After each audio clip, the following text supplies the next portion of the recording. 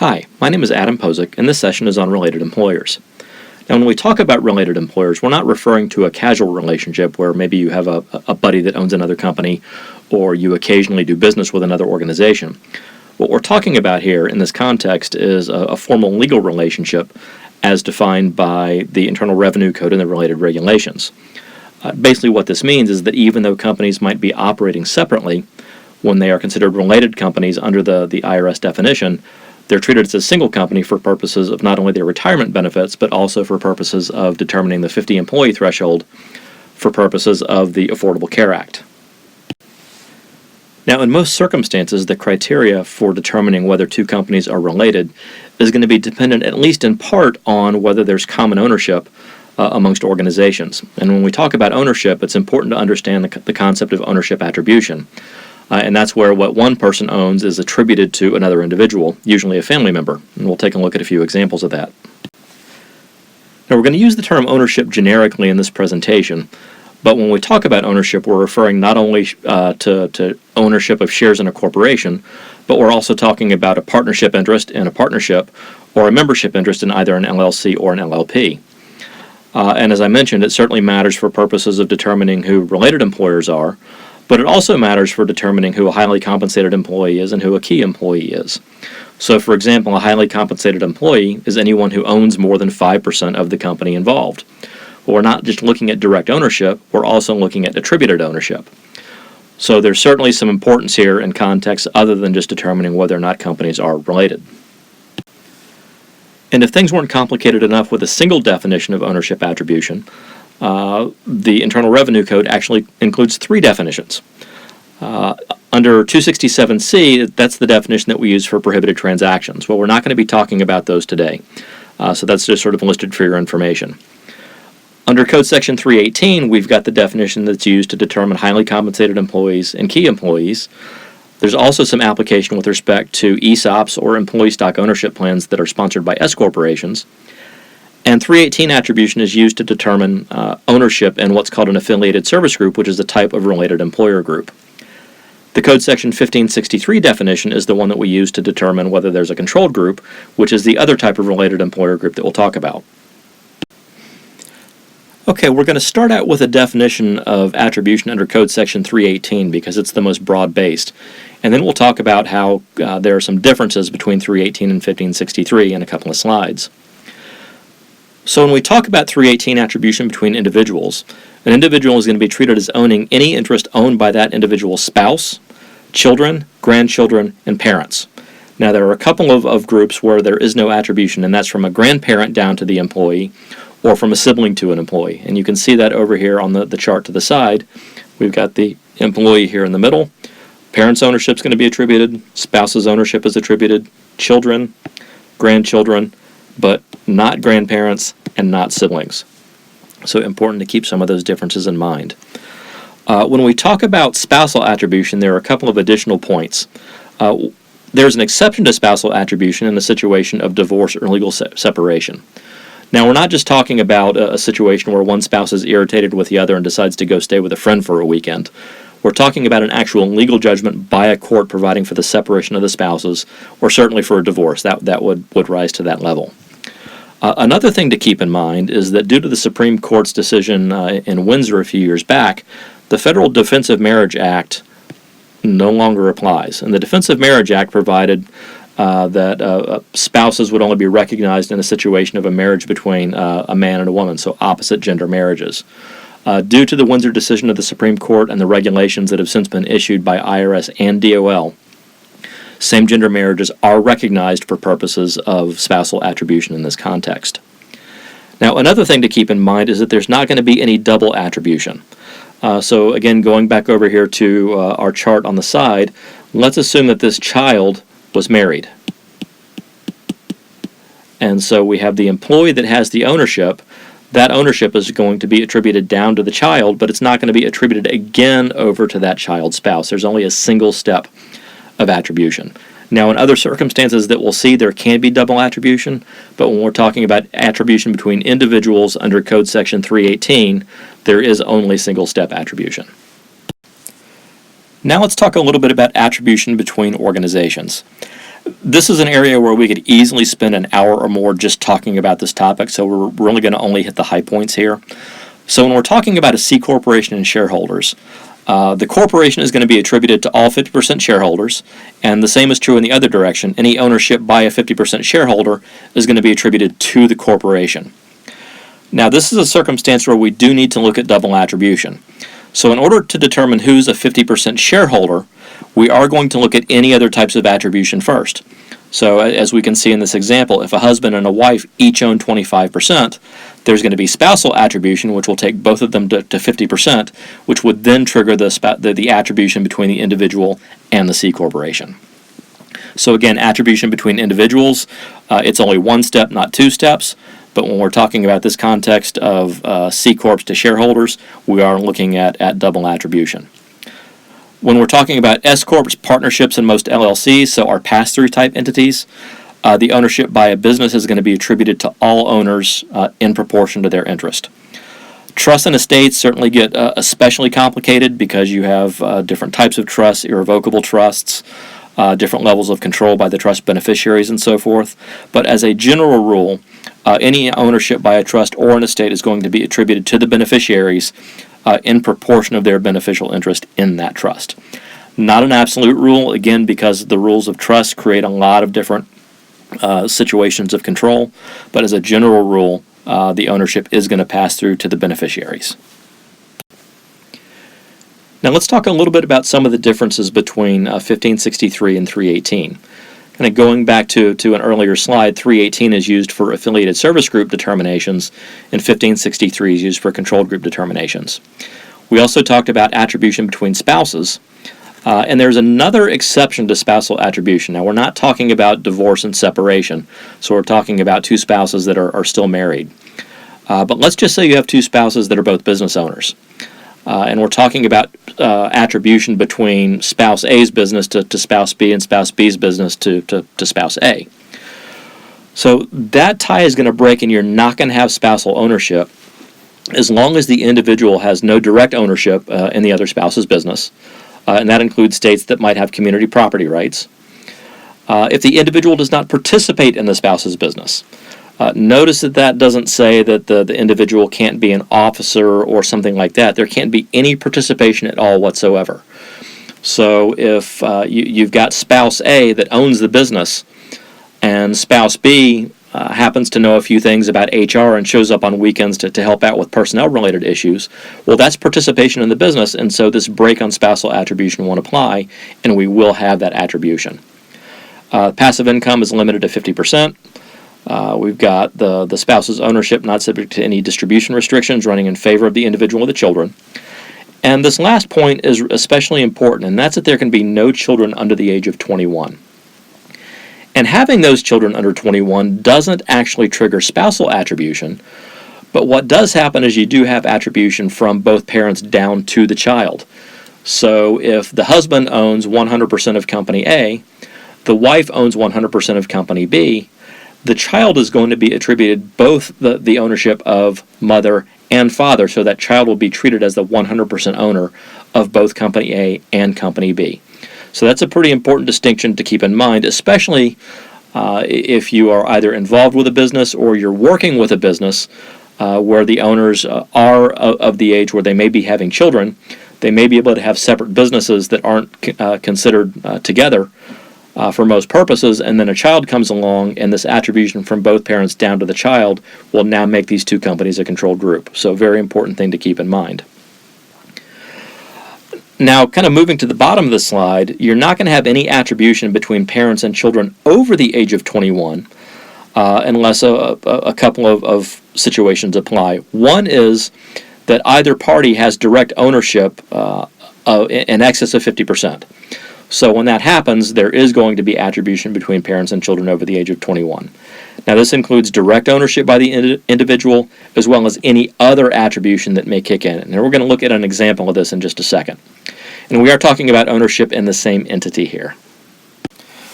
Okay, just talking about this no attribution between parents and children over the age of 21 can be a bit esoteric when we're just talking about it.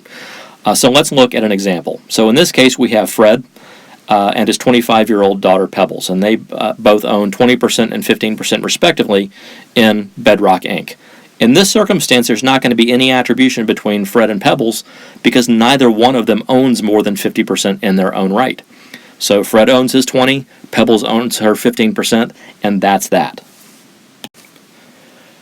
Now let's assume that Wilma, who's Fred's wife, is also a 35% owner of Bedrock Inc. So that completely changes the dynamic. So we do have spousal attribution between Fred and Wilma. We don't have any exceptions that apply. So we've got Fred's 20%, Wilma's 35%, so that makes both of them 55% owners in Bedrock Inc.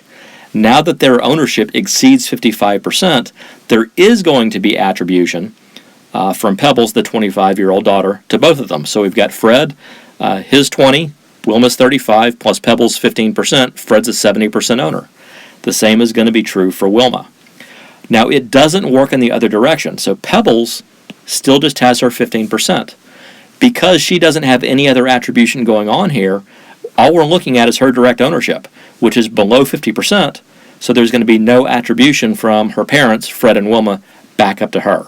So at the end of the day, we've got Wilma as a 70% owner, Fred is treated as a 70% owner, and Pebbles is going to be treated as a 15% owner. Another difference between 1563 attribution and 318 attribution is that you're not going to have any attribution from an individual shareholder to an organization. So here we've got Vincent, who owns 50% of Jackrabbit Slims and 20% of the Hawthorne Grill. Even though we're at 50% here, there's not going to be any attribution from Jackrabbit to Vincent, then back down to Hawthorne, or vice versa. So we just have Vincent owning his 20% here and his 50% here, and there's not going to be any attribution back and forth here. So those are some of the key differences between the definitions of attribution under Code Section 1563 and under Code Section 318. Okay, now let's talk a little bit about related employers in general. We've got two broad categories of related employers. One is the control group, and there are three types of control groups. We've got the parent subsidiary, the brother-sister, and the combined group, and we'll talk about each of those. And then we have affiliated service groups, and there we've got the A-Org affiliated service group, the B-Org group, and a management affiliated service group, and we'll talk about each of those. The one thing that I want to highlight here is that all of the control groups types and the A-Org and B-Org affiliated service group types all require some type of overlapping ownership among the entities.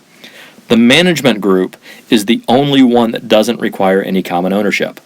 And I really want to highlight that because we can get so caught up in thinking about common ownership that forget that it is possible that companies can be part of an affiliated service group without any common ownership in certain limited circumstances, and we'll touch on that on a future slide.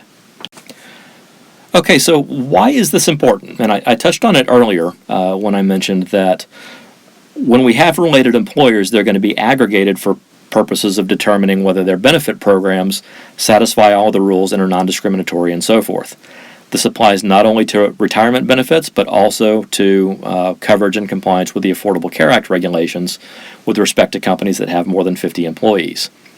So when we have related companies, it's mandatory that those companies recognize service with each other. So if Company A and Company B are both related, and we have an employee who works for Company A and then later transfers to Company B has to recognize all of the service with Company A for purposes of eligibility and benefit programs, vesting of contributions, and so forth. When you have unrelated employers, it's optional for the companies to recognize that prior service for eligibility and vesting. When it comes to testing to ensure that benefits are non-discriminatory for related companies, everything is combined and tested together. For unrelated companies, there's completely separate testing that's done for each entity. For the annual additions limit, so in a defined contribution plan, a 401k type plan, the maximum contribution that an individual can get in a year for 2016 is going to be $53,000. When you're talking about related companies, so Company A and Company B that are both related and maybe each company has a separate plan, there's still just going to be a single annual additions limit.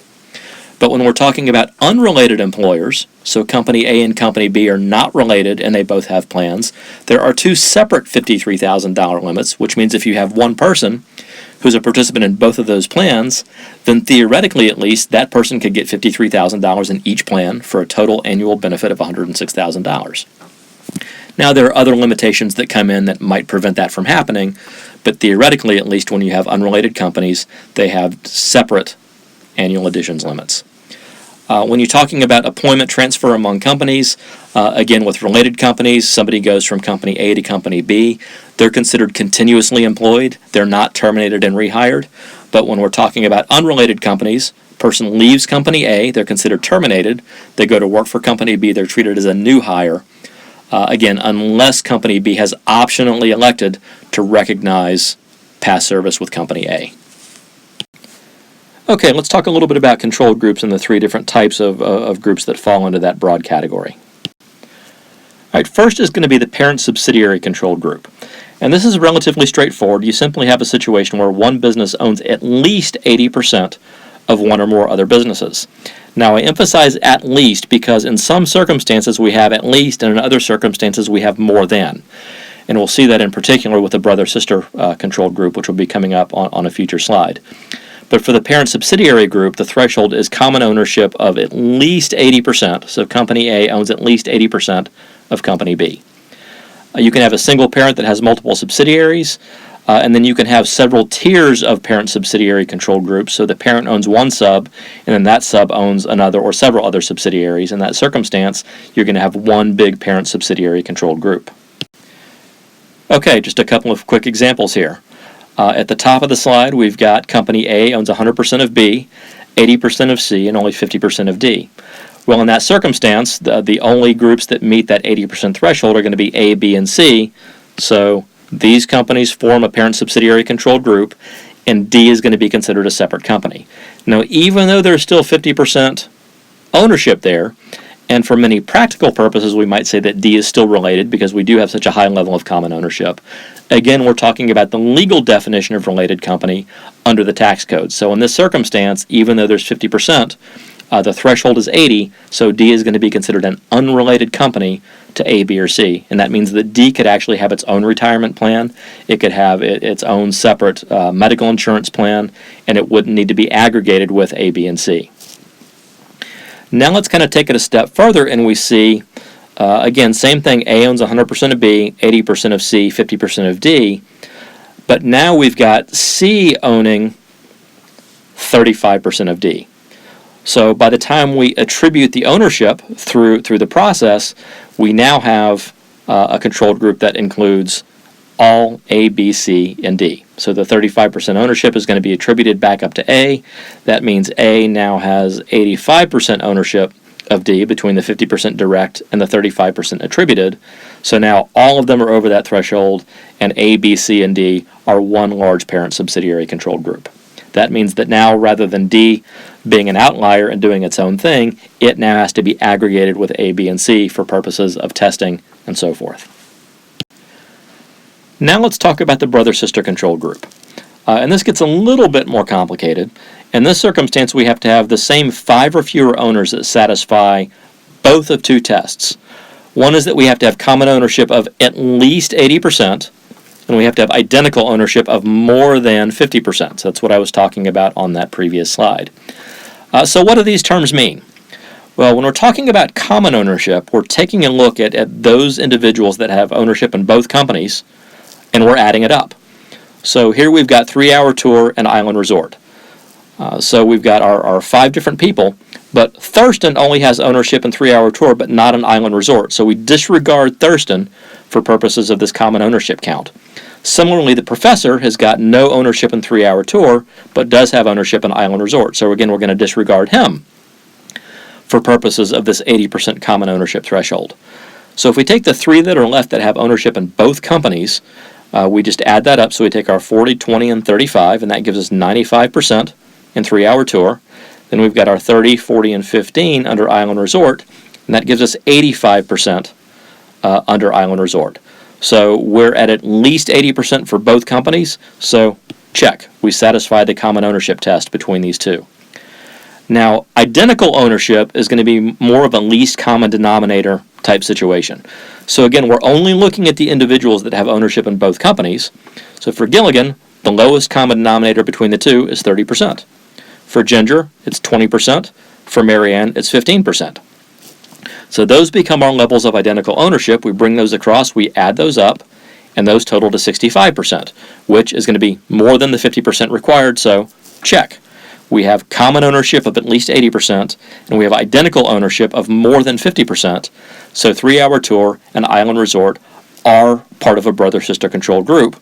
Similar to what we talked about with the parent sub, what that means is that both of these entities have to be combined for purposes of non-discrimination testing, for determining the number of participants in the plan under the Affordable Care Act, and so forth. So these are a brother-sister controlled group.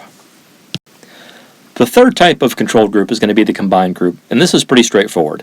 You basically have a big collection of companies, some form of a parent subsidiary controlled group, others form a brother-sister controlled group. Really what the combined group rules say is that you put all of them together and they're one big happy family, they're one big controlled group, and they're all going to be aggregated together. All right, let's shift gears to the affiliated service groups, and these are going to be a little bit more complicated because some of the requirements are somewhat subjective. The first type of affiliated service group is going to be the A organization affiliated service group, or AORG for short.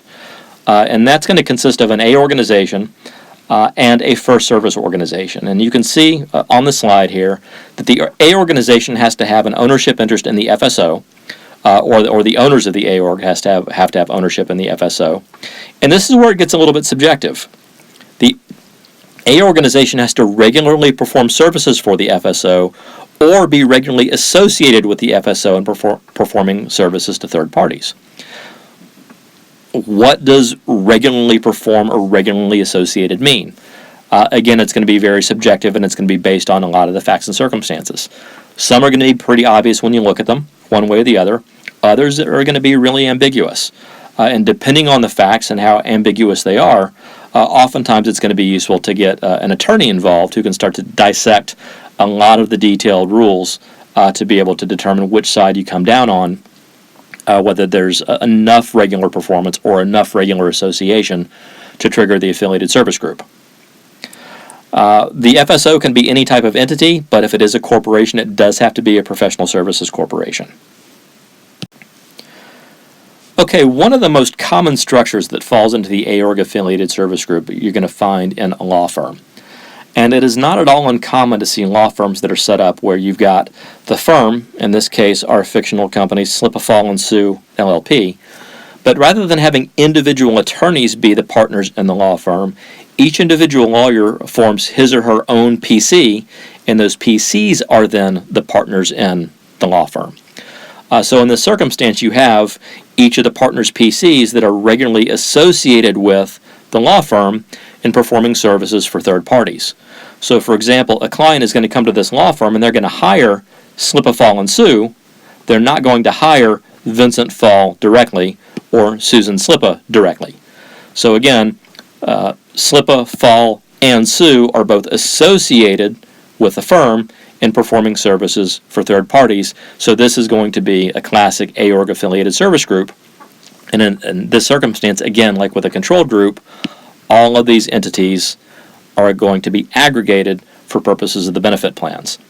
And that's the case so that we don't have a situation where each attorney goes off and forms his or her own really, really generous benefit program while they put all of the employees in the law firm, and the law firm doesn't have any benefit program for itself. So again, the idea is to aggregate all of these groups so that we can ensure that the benefits that are provided and the tax deductions that are claimed are provided on a broad-based, non-discriminatory basis. The next type of affiliated service group, because we have very original naming here, is the B organization, or BORG affiliated service group.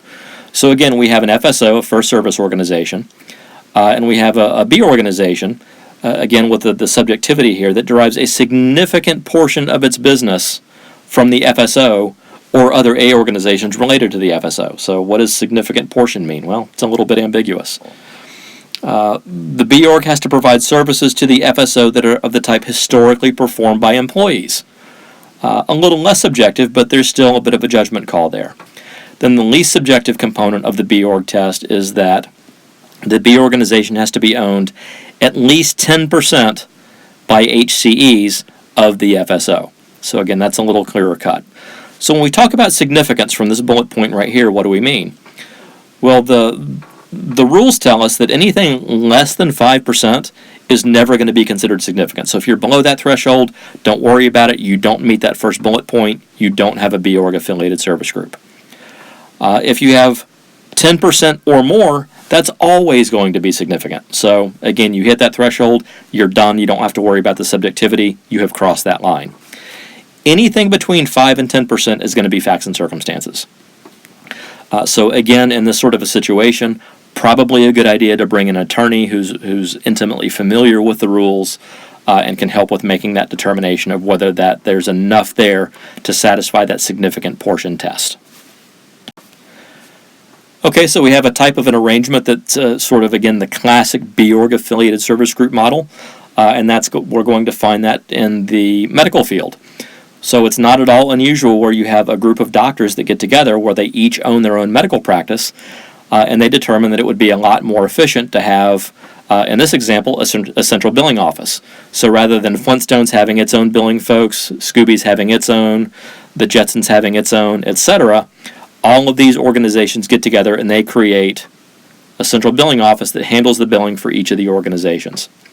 Now, billing is the type of a service that's typically performed by employees, so we satisfy that test. Assuming that we have sort of equality across here and that the CBO is getting 20% of its business from each of the 5 entities, we satisfy that. Again, anything more than 10% is definitely significant. And we have HCEs of each organization owning a portion of the central billing office. So again, we're going to satisfy all 3 of those tests or requirements in order for this to be a B Org affiliated service group. And just like we saw with the last one, what that means is that all of these entities are going to be considered an affiliated service group. Now, there was some thinking years ago that would actually say that this created 5 different affiliated service groups. So you would have one here, the CBO and Scoobies. You'd have a second one here covering the Flintstones and the CBO. You'd have a third one with the Jetsons and the CBO, a fourth one with the Simpsons and the CBO, and a fifth with HB and the CBO. That would essentially mean that if any of these entities had a retirement plan, you could possibly be looking at 5 different permutations of testing, which could get really complicated really fast. The IRS has indicated informally that the rules are written ambiguously enough that there is certainly room for interpretation for this, but there's also room for interpretation, very reasonably, that all 6 companies are one big affiliated service group and would be aggregated all together rather than having all of these different combinations. Certainly, logistically speaking, that interpretation is going to be a lot simpler in most circumstances. So that's certainly good news that the IRS has recognized that as a reasonable interpretation. Last but not least, we have got the management affiliated service group, and if you'll recall from earlier in the session, I mentioned that this is the one type that doesn't require any common ownership. So the entities don't have to have any overlapping ownership for there still to be this combination or aggregation that gets triggered. So basically you have a management organization and a recipient organization, and the management organization's principal business has to be provide management functions for the recipient. Now, that doesn't mean that the principal business of the management organization has to be to provide management functions for a bunch of different recipients, because there are certainly companies that are in existence to provide management services for a bunch of companies. That's not what we're talking about here. We're talking about an organization that is set up primarily to manage a single recipient organization, and that's going to trigger the management affiliated service group, even if there's no common ownership at all. And that concludes our session on related employers. If you have any questions, please be sure to post them out to the message boards.